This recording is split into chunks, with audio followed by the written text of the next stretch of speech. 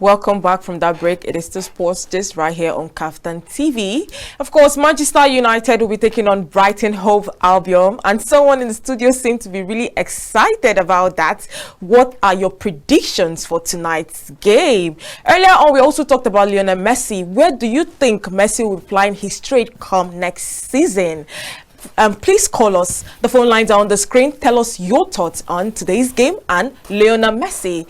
Yes, I said it. I have two amazing gentlemen with me on the studio. By my right, I have Okiki. Ola Emmanuel. Yeah, I hope I got that right. Yeah, exactly. You got it right. Welcome to Sports Gist. Yeah, thank you for having me. All right. And on my left, he is my right-hand man, but he likes to stay on my left. He's none other than Kayode. Kayode, good afternoon and welcome to Sports Gist. Afternoon, dearest. Thank you for having me. Thank you for being here, always looking dapper. I'm doing my best. All right. So welcome, guys. Let's just go straight to the discussions for today. Let's start with the Under-17 African Cup of Nations. Yeah. Last night, Nigeria took on Morocco and we lost 1-0.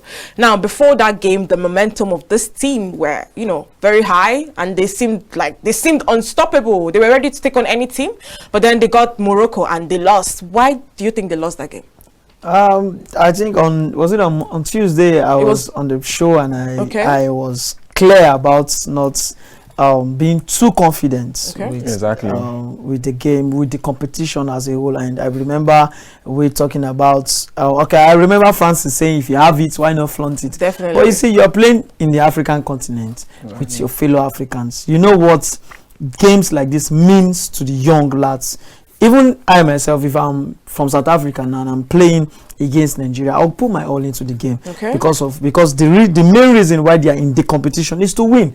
Nobody is there to sell guguru or granules. Everybody came for the cup. So if you feel because you've won one game, is it against Zambia, and then you keep blowing fire. I love the confidence. I love the zeal. I love the compassion they have for the nation and the love they have for football. But you need to take it easy and put your head in the game more than you are not Pep Guardiola. He's the only man that knows how to play the mind game and still comes out on top because he's not the only one, but but he's the one fronting it and we see it work. Pep Guardiola will say one thing and his players will go to the field and do something else and still win. So they need to take it easy. I just feel overconfidence is having a toll on them and they need to put themselves back down. The words of Francis, if you have confidence, why not flaunt it? But do you think overconfidence killed the Golden Eaglets? Yeah, that was I think also because I watched the match. Okay. Yeah, from their way they said they are eager to go. They want to win this. Even all they said before they traveled. They need the morale booster. Yeah, exactly. But they're young. Okay. They're young, and I think the overconfidence killed them. Something like that. It happens in the game. It's good to have confidence. Sorry to cut. It's good to have confidence, but you need to put more work into football. It's football. It's not the normal life that you use confidence to win things. It's football. As your confidence is playing. But let's not forget, confidence has worked for so many players. Yes, it has worked for so many players with a skill set, with vigorous training, with so much sacrifice. Are you saying the Golden Eaglets have not been vigorously trained? It's possible that they are looking down on other teams because they feel they can do it with just confidence. They've spoken and they feel, wow, we can is do it this. right to look down other teams knowing that you all are from the same continent? It's possible that's what they're doing. You play the same physical football. Do you understand? No, this is the point where the coach needs to bring them back and let them know that, hey, boys, we are not here alone. We are not here for jokes. We are not here for jokes, and we are not here for just words of the mouth. We must put action into where our mouth is. So if they are going to be speaking, they have to also be doing the playing. They must put their all into it. I didn't watch the game because, to be frank, a lot of games, some very important games happened yesterday that took my time and took my attention, and I know we'll get to that, but I know how the Nigerian players behave. We know how we do. Whenever we go against some teams, we feel, is it not Morocco? Yeah, we can take it, and I just feel Morocco also gave them a bit of, we are not just the people that also talk. We know how to play the game, and we can see that happen. All right. But when it comes to the Under-17 competition, the Golden Eaglets seem to thrive more in the world stage. Why do you think that is? Because the world stage is the world stage. All right. When you are, that's why I brought up the word overconfidence from the beginning. You see, when you meet a team that you know is bigger than you, you play your all. Okay. You give your all. You are ready to take on because you feel these people. Imagine a Nigerian on Eaglets, Super Eaglets meeting with let me use the Argentine under 17. Yeah. The gameplay will be different. Exactly. The zeal to play will be different. The passion into the game will be different. The strength you will dispense into that game must be different. But now they are in Africa, and if you notice, we have more World Cups, under 17 World Cup, more than under 17 AFCON. Yeah. Because I feel they just feel we're in Africa, let's just play it. You know, and if you watch the Lacadeska attitude and all that. if we remember vividly, I think a month ago or 2 months ago, when the under 20 African Cup of Nations, their predecessors, they did the same mistake. They were so confident. They went into that semi-final game. Was it against Zambia too? I can't remember. But then again, they lost. And even the president had come out to cheer them on to victory. But they lost. When it matters the most, the only good thing they picked from that competition was an automatic qualification to the World Cup, which they seem to thrive more. No, you see, that's why I will still sit on my thoughts of overconfidence when it comes to the Nigerian under 17. Okay. Now you've gone to win, you have more World Cups, so you feel you have this mindset of I'm still a champion in the world stage. So what is the African continent stage I can't take on? And you come to the African continent stage, and other people coming to play you, they know they are going against the world best. Yeah. So they will put their best to play you. So you must also understand that you must be humble and you must play your best, not considering the fact that yes, I'm the world best. You're in Africa where everybody plays like they have nothing to lose. Exactly. And that is what we are seeing now, even in the AFCON. They need to let go of their past glory and hold on to the present glory. What are we looking forward to having? 2 AFCON compared to 4 World Cup, is it 4 or 5? 5 World Cup under 17 trophies. So it's disheartening to see that in the world stage you are making it continent wise we are lacking. So the question is, what is happening? And for me, our answer is overconfidence. We need to calm down and play like people who have not won anything before. We are lacking in the continent. That's only for the under 17 and the under 20 stages. Even the Super Eagles, they are lacking. They are lacking both in the world stage in every stage. In everywhere, they are lacking. Get it right. I hope losing to Morocco can be a wake-up call, like former Super Eagles star said. Garuba Lawa has spoken. He said he believes that loss to Morocco is a wake-up call for them to do better. And their next game is against South Africa. Now, we only need a point, or even all 3 points to qualify from that group. Do you think anything can stop us from qualifying, Emmanuel? I think even if it's a draw, I think we'll get qualified. Yeah, we'll get qualified. I don't know the quality of the South African under 17, but I think that lose against Morocco, I think it will gear us up to win the game. To fight. To fight. I think he said it's just like a reality check for them. Definitely. To at least to put more work and hard work so that they can win the game. I don't know when. Well, you've heard it from Emmanuel. Yeah. He said this loss to Morocco will be a morale booster for them to go all out against South Africa. Yeah. Anyways, let's move on. Victor Osimhen's Napoli will be taking on Udinese tonight and hopefully get a point, because a point is more than enough to see them clinch the Serie A title for the first time in the past 33 years. And the last time they won this trophy was 33 years ago, and that was under the late Diego Armando Maradona. And 33 years later, they are just 1 point to glory. What do you think about Napoli and Osimhen as a whole? It's a big move. It's a big move. We wanted that last weekend. We saw when the goal was scored in the first half. And also, it could have happened last night if Lazio had dropped all 3 points, but they won. Lazio won their game. Yeah. So you see, Osimhen has. Personally, the game for Osimhen is not really my pursuit for Osimhen. I just wish he could break the record, the goal scoring record for this season. If he can at least net two goals, two more goals, and he breaks George Weah's record. So the record is for me. My pursuit is for the record. Oh, you prefer him winning a record? Yes, winning the Italian Serie A. The record is a booster for this. Serie A is already a win. It's a done deal. He has done so much, but I feel the player should do more to see him become better. I have a problem with the presently, since during the Champions League game, I'm beginning to have problems with the the midfielders, especially Vasquelia, was that very wonderful name the guy has. I'm beginning to have problem with the players not feeding Osimhen as they used to. That helped him to get to the many goals he was banging in the season. And I don't know what's going on, but we really hope that they'll put themselves back in order to make that guy win, break that record. And the win is theirs. Whether he scores or he doesn't score, the win is theirs. There's no going back. There's no one. But we are pushing Osimhen. We are hailing Osimhen to be the man for them tonight. Okay. So Emmanuel, the season is not yet over for Osimhen. Do you think he can still score more than maybe 3, 4, 5 goals? Yeah, anything can happen. And I'm going to back what he said. The midfield, they need to be feeding him more, so that he can at least score 2, 3, 5 goals before the season ends. Okay, since he came back from that injury, he only scored against AC Milan in that Champions League second leg. Yeah. Do you think the injury has affected his game? Has it slowed him down? Just as you said, I think you said that maybe 2, 3 weeks ago. You said some players used to have this. Whenever they return from injuries, there's this effects it has on them. Some of them go on to be better, and some of them gets to reduce. But I don't think Osimhen's injury is his problem at all. He went through bigger injuries. Someone who went through surgery on the face, that scares any man. The injury scares any man. But he returned and he keeps banging goals. So you won't compare.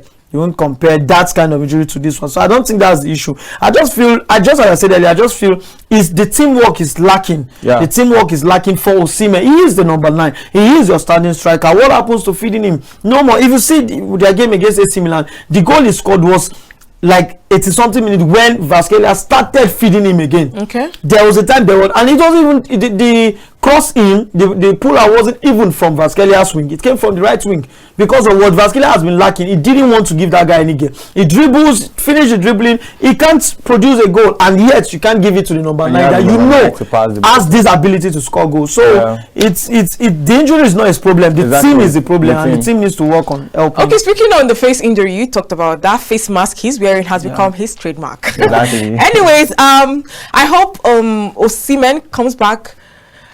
I hope Osimhen comes back to his scoring ways. Let's go on another break. When we come back, the show continues.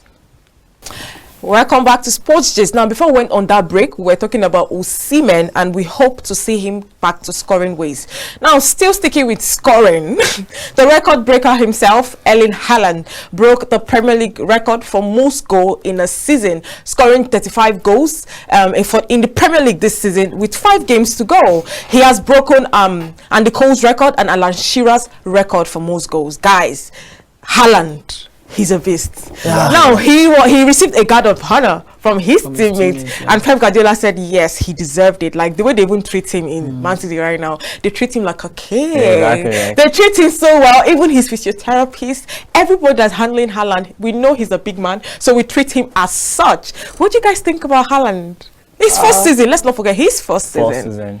Before Haaland came into England, Haaland has been a player that scores goals. So coming to England is not supposed to surprise us. He's making the EPL look like an easy league. Because when I remember vividly, when he was in Dortmund, he was doing well, but not so well compared to what he's doing now in England. You can't take away the kudos from the coach and the team he's in.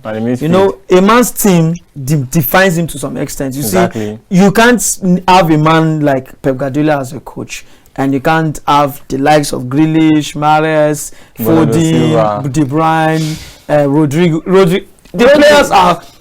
This is a team that has the first 11 package, second 11 package. They can take on any team, and you see them. They play with so much love. They play with so much unity. They are the set of people you call a team, ready to do anything to any club. They can demolish you. They can choose to play with you till the 80th minute and still score goals.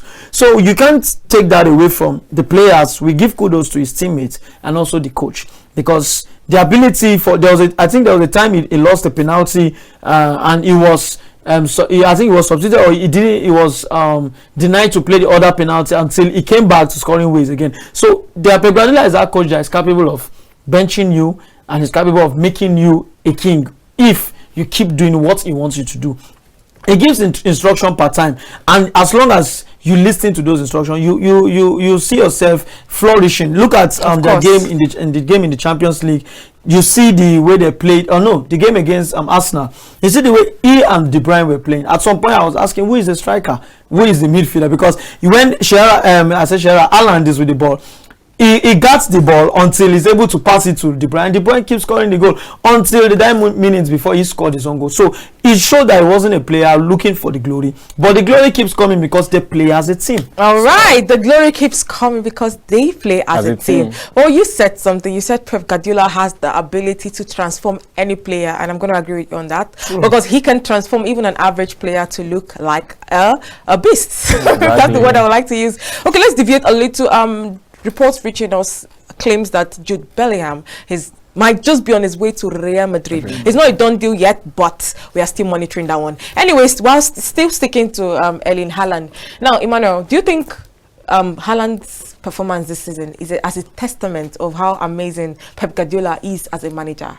Yeah, I think Pep Guardiola is a good coach, number one, and since Haaland came to Man City, he's been performing very well. He's a phenomenal player. It's just like he's just doing the same thing he's been doing in Dortmund since he came back. And again, I'm going to give kudos to De Bruyne, Bernardo Silva, those midfield. They're the one gearing him up, because those passes are coming from them and he's scoring them. It's a perfect number 9. Okay, so sorry to cut you short. Before the emergence of De Bruyne, the midfield maestro we had was Xavi and Iniesta. Do you think the partnership of what's his name, Bernardo Silva? Bernardo Silva and De Bruyne is way better than Xavi and Iniesta? Yeah, those their era then is different from now. Okay, no, but football is harder now compared to that time. Do you think? Don't you think so? That? No, football is harder now compared to that time. Some 10 years ago, we have the likes of Messi and Cristiano Ronaldo being the ones shining any day, anytime. Now you see every team having 1 man, 2 men who are capable of defining their game. You've seen it in Arsenal, you've seen it in Man City, even in Barcelona at the moment. You see players standing up and to the occasion and showing themselves that we in this team, we are capable of the change that you are seeing. All right, now. Okay, sorry, our time is almost fast spent. So next week, Man City will be taking on Real Madrid. Now, what if Man City ends up winning the Champions League? Is Pep Guardiola the best manager football has ever seen? I've asked this question before. I'm asking it again. Pep Guardiola, I won't say, though he has won virtually everything at the moment. Okay. If he defeats Real Madrid and goes into the final, if you win, it will be a good thing to say he will be the best manager of all time. I do not agree with that. He's going to be of course you won't agree because you're a United fan. No. Are you saying Alex Ferguson is the best manager? Yes. Do you agree with him? I wouldn't disagree with you, but Manchester City and Pep Guardiola have proven to win virtually everything with the space of a short time, which Ferguson didn't do. Okay, guys, so before we end the show, let's talk a bit about Lionel Messi. Now, there's been so much controversy surrounding him. They lost a game. He went to Saudi Arabia. They are angry. He got suspended. Now he's certain that he's leaving Paris Saint-Germain come the end of the season. Neymar seems to also be following suit because he might also leave if an offer comes for him. Now, where do you guys see Messi going to? Now, his offers are Barcelona. Barcelona wants him back, but because of the money issue in Barcelona, he might just turn down. Now, there's an Al Hilal that want to pay. They want to break the bank, break every record, and bring him to Saudi Arabia. And there's also an Inter Miami. Maybe go to America, just conquer America. And America is not going to be part of Lionel Messi's. Okay, so where do you see him going to? I see him coming back to Barcelona. We need him back to Barcelona. We know we don't really need. Do you agree with him on that? It would be nice if he retires somewhere nice like Barcelona. Why not go to Al Hilal, collect close to 650 million pounds? Messi's in 2 years. Money he accumulated in close to all his career. He's going to get in 2 years. As of Forbes list yesterday, he was the second richest sportsman, Cristiano Ronaldo. Now, if he goes to Al Hilal, he becomes the richest. Why not go there?